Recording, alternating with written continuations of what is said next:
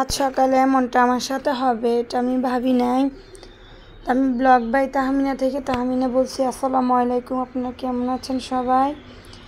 তো আসলে আমি এখন আগে ঘুম থেকে উঠে আজকে আমি একদম প্রথমে সব কাজ শেষ করে এই যে আপনার গরুর পায়া যেটা বলে, কেউ নেহারি বলে, কেউ পায়া বলে, তারপরে আমাদের এখানে কেউ আবার নোয়াখালীতে হইছেও বলে। আপনারা হয়তো হাসবেন কথাগুলো শুনলে। তো যাই হোক, এই জিনিসটা আমি রেডি করে নিচ্ছি আর কি আপনার বসানোর জন্য। আমার আসলে এক জায়গায় যাওয়ার কথা ছিল, তো সেই জন্য আজকে আমি নাস্তাও ঘরে বানাইনি, আপনাদের ভাইয়া নাস্তা আনতে গেছে। তো সেই ফাঁকে আমি এগুলো রেডি করে নিচ্ছিলাম সব কিছু দিয়ে। তো আমি পানি দেওয়া শেষ করলাম। আপনার পানি আমি আরও দিব। এখানে আমি যেহেতু মাটির চুলে এটা রান্না করব, সেহেতু আমি এখানে ঘর থেকে এটা রেডি করে নিচ্ছি আর কি। তো আমি এখানে রসুন দিয়ে নিলাম। রসুন আমি সবসময় বলি আমি পরিমাণের চেয়ে একটু বেশি মশলা খাই, আর এটাতে মনে হয় যে মশলা যেন কম হলে যেন ভালো লাগে না, পানি পানি মনে হয় আমার কাছে। তো আমি যেহেতু বলছিলাম যে আমি মাটির চুলে রান্না করবো, এখানে শুধু সাজিয়ে নিচ্ছি, তো নিতে কষ্ট হবে, তো সেই জন্যই আমি পানি কম দিছি। আর এখন আদা দিচ্ছি, এই যে আমি আদা দিচ্ছি, আমি ব্লেন্ড করে রাখছিলাম, তো আমি আর এখনও বাটিতে নিই নাই, বললাম না তাড়াহুড়া করে সব কিছু করতেছিলাম, রান্নাও শেষ করছিলাম আর সব কিছু একসাথে আয়োজন করতেছিলাম আজকে আমি। তো লবণ দিয়ে নিলাম, গোটা দারচিনি, তেজপাতা, গোলমরিচ যাই বলেন সবগুলো এখানে।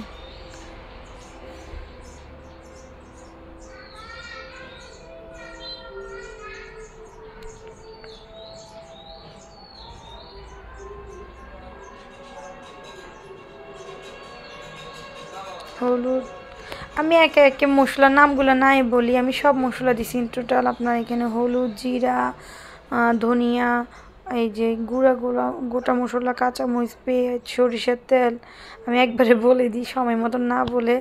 আসলে এভরিথিং সব দিয়েছি, যেহেতু এটা আমার রান্নার ব্লগ না, এটা রান্নার ভিডিও না, সরি, এটা আমার ডেলি ব্লগ। তো সেহেতু এখানে আমি ওইভাবে নাই বলি। তো আমি ভালোভাবে মিশিয়ে নিলাম।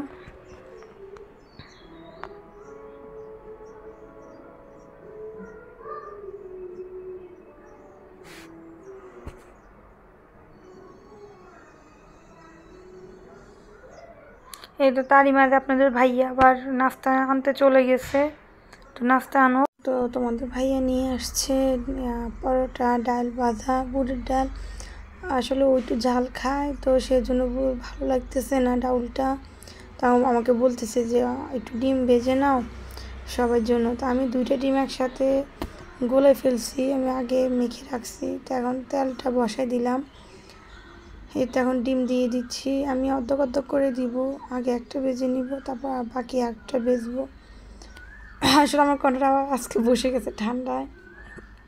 তো যাই হোক, তো যে আমার ভালো লাগলে আমার ভিডিওটা একটা লাইক করে দিও, একটা কমেন্টস করো, আর আপুর চ্যানেলটা একটু ভিজিট করো, যদি ভালো লাগে চ্যানেলটা সাবস্ক্রাইব করে আপুর পাশে থেকো। আর সবসময় ভিডিও যারাই দেখো ফুল ওয়াচ করে দিবা, শুধু আপুর না, আপুর ভিডিও দেখলে একটা কমেন্ট রেখে যাবো, আপু তোমারও পরিবারে যে ঘুরে আসবো। তো আমি ডিমটা আসলে ভাজা বসাই দিছি, ডিমটা ভাজা হোক। তো তারই মাঝে বলি আপনাদের, আজকে আমরা এক জায়গায় যাওয়ার খুবই কথা ছিল, এক জায়গায় যাব।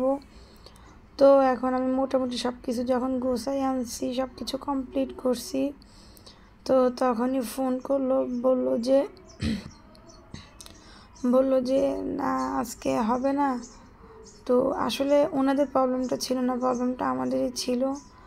তো যাই হোক, এখন আপনার ভাইয়া যে পরোটা নিয়ে এসছে, আমি হটপটে নিচ্ছিলাম, যেন ঠান্ডা হলে তো আমার ভালো লাগবে না বাজার পরোটা, সেই জন্য।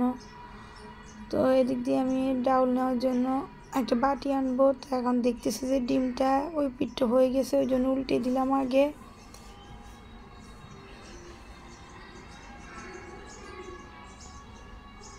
আসলে অনেকজনের প্রশ্ন থাকতে পারে যে আমার জানালার গ্রিলে কেন এত তেল গাছটা, এটার কারণটা হচ্ছে যে যখন আগে বিল্ডিংটা যখন করা হয়েছে তখন আমার বিয়ে হয়নি, জাস্ট ওনাদের মতো করছে।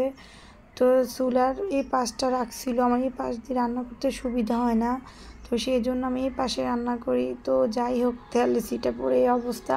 তো সেটা আমি 2 দিন পর পর 3 দিন পর পর পরিষ্কার করি, তারপরে এরকম হয়ে যায়, যেহেতু আমার রান্নাটা একটু বেশিই পড়ে।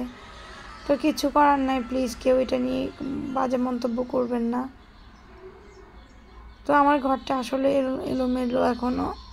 তো আমি তো ঢেলে নিলাম সব। বাটিটা একটু ছোট হয়ে গেছে, সমস্যা নাই, পরে নাই। তো আমি ভয় পাইছিলাম, ভাবছিলাম ডিমটা নাকি পড়ে গেছে। তো এখন হয়ে গেছে, এখন আমি উঠাবো। এই যে আপনার ভাইয়ের জন্য নিব এখন। তো নেওয়া এটা রেখে আমি আরেকটা ডিম দেওয়ার জন্য আমি প্রস্তুত হচ্ছিলাম, যে আরেকটু তেল লাগবে মনে হচ্ছিল যে আমার। তো আমি এগুলো সরিয়ে রাখতেছি আমার বাবুরা। তো আমার নাস্তাটা আসলে কমপ্লিট। তো এখন আসলে আম পাড়া হয়েছিল, আসলে আম পাড়ছিল, সেটাও সামনে আপনাদেরকে দেখাবো। তো আগে নাস্তা করে নিই। তো নাস্তা করার আগে আসলে সমস্যাটা আমাদেরই ছিল, আমরা নিষেধ করছিলাম আমরা যাইতে পারবো না বিকেল। তো এই তো নাস্তা খেয়ে চলে আসলাম। আসলে আপনার ভাইও রেডি হয়ে নিয়েছিল এক জায়গায় যাবে। তো আমাকে বলতেছে যে তোমার কষ্ট হবে, দাও আমি আগগুলো ঢুকিয়ে রেখে যাই, যেহেতু আমার সিজারে বেবি সব। তো সেই জন্য বলতেছিল যে এটা আমি নিই। তো ওই জন্য ও পারে, কাজ করতে পারে। আপনার রেডি হয়ে এখন যাবে, তো সেই জন্য আসলে আমগুলো গোছাই নিচ্ছিল। এগুলো আসলে বাচ্চারা খাবে পাকলে, সেই জন্য রাখতেছি। আর বাকি বলের এগুলা আচার দিব, আমসত্ত্ব বানাবো, এই আর কি। তো আপনাদের সাথে একটু শেয়ার করে নেওয়া। এটা আমরা মনে হয় 4-5বারের মতো আম